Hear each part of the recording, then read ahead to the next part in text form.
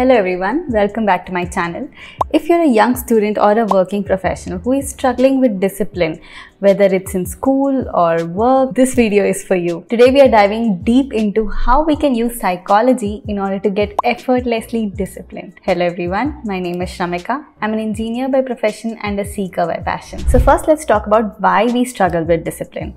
It's not that we are lazy or something. It's just that our brains are wired for instant gratification, to feel good in the moment. That is why we are more likely to scroll through social media than to start on that big project, because social media in the moment feels really good. Our prefrontal cortex, which is responsible for taking decisions and self-control, is often in war with our limbic system, which always seeks pleasure in the moment. This conflict can really make it hard to stick with our long-term goals, as there are so many tempting distractions. But don't worry, understanding this is the first step to overcoming it. By recognizing this natural instinct, we can develop strategies to overcome it better. So what are those strategies? Let's discuss them one by one. Start by reframing what discipline means to you. This is about changing the way you think about tasks. For example, don't think of studying as a chore. Think of it as an investment for your future. Similarly, instead of thinking, I have to work out, think of it as I get to improve my health. Reframing helps us shift from a negative mindset to a positive one. For instance, if you view studying as a pathway to your dream career, it becomes motivating. Similarly, exercise isn't just about the effort now. It's about feeling great about yourself and living healthier and for a longer time. Changing your perspective can make the tasks less daunting and more enjoyable. It's all about focusing on the positive angle and looking at the benefits in the long run than looking at the discomfort right now. The next step is to tackle your competing interests. Ever find yourself torn between Netflix and some chores? That is competing interests. To handle this, prioritize your goals. Ask yourself what's more important right now. Our lives are actually full of competing interests and it's so easy to get sidetracked. To combat this, you can use techniques like time blocking, where you dedicate specific chunks of time to various tasks. That way, you can enjoy a guilt-free downtime and focus on your work when it's really time to do so. I have a fun and real video where I tried time blocking for the first time.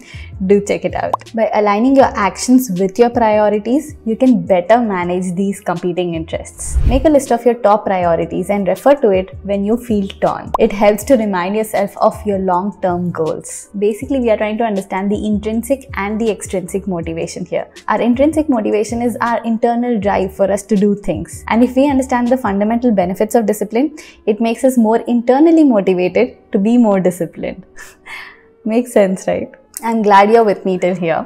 Now let's talk about identity shift. Thanks to James Clear of Atomic Habits to make this information public and to bring it to everyone's notice. What he says is that instead of focusing on what you want to achieve, focus on who you want to become. For example, instead of saying I want to finish this project, say I'm a disciplined and an organized person. Identity shift is very powerful because our actions are often aligned with our self-perception. When you start to see yourself as a disciplined person, your actions automatically tend towards the same. It's about embodying the traits you aspire to have. Think of a role model who exemplifies the discipline you aspire to have. Ask yourself what would they do in such a situation. This can guide you and help you stay on track. The next step is to make discipline automatic. And how do you do that? By building habits. And if you've read Atomic Habits, you know what to do.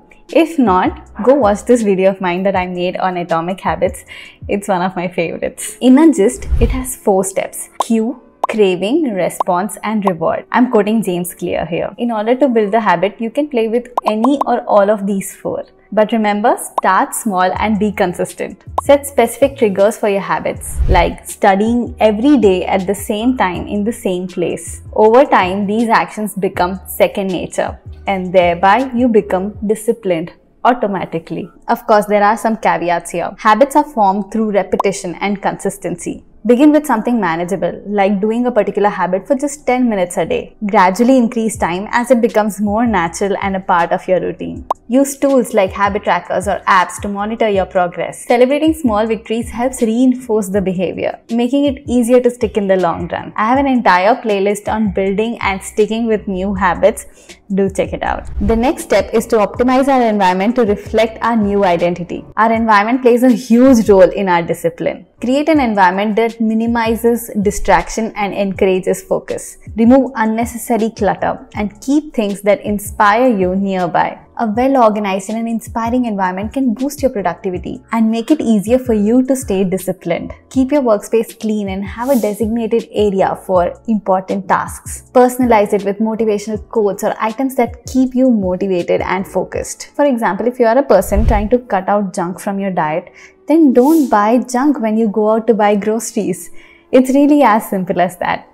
For example, we don't have Maggi or chips like Lay's at home. It's not like I'm forbidding myself from having those. I definitely indulge myself in a cup of Maggi when I go out on trips. Sunrise Valley Maggi, Hill Station Valley Maggi, I have all of those. But only occasionally. You can also think of something similar, get creative and create an environment that helps you become the person you aspire to be. Also consider your digital environment. Use apps that block certain websites that might distract you during your work periods. Block notifications when you really want to be focused. Little actions like this can go a long way. Finally, coming to sustaining discipline. Sustaining discipline is about consistency and not perfection. It's okay to have some off days. It's okay to have some bad days, some low energy days.